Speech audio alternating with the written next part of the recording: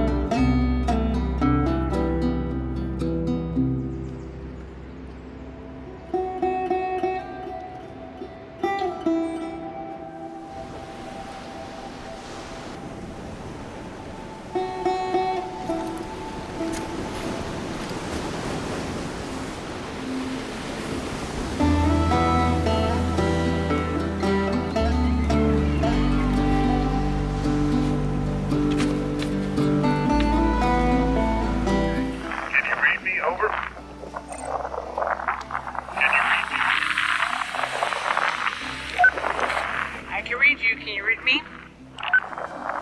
Yeah, you're coming in loud over there. Once we get out of the woods from our hike, Steve and I walk zigzag the beach for a kilometer. He walks up the beach, I walk on our beach, and to see if we can find any birds.